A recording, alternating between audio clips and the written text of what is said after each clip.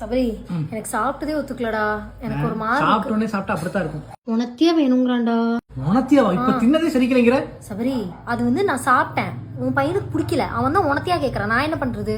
அது துப்புறான், வேற ஏதாவது சாப்பிட்டான். உனத்தியா என்ன? உனத்தியா பீட்சா வேணும். பீட்சா வேணுமா? எனக்காகவா சபரி? நம்ம பையனுக்காக. அவன் வேணும்னு கேக்குறான். சபரி இது ஜூஸ் ஏதாவது குடிச்சா நல்லா இருக்கும்னு தோணுது. ஜூஸ் எனக்கு இல்ல, குழந்தை கேக்குது. என்னடா இந்த அம்மா பிடிக்கலையா உனக்கு? வேற அம்மா வேணுமா?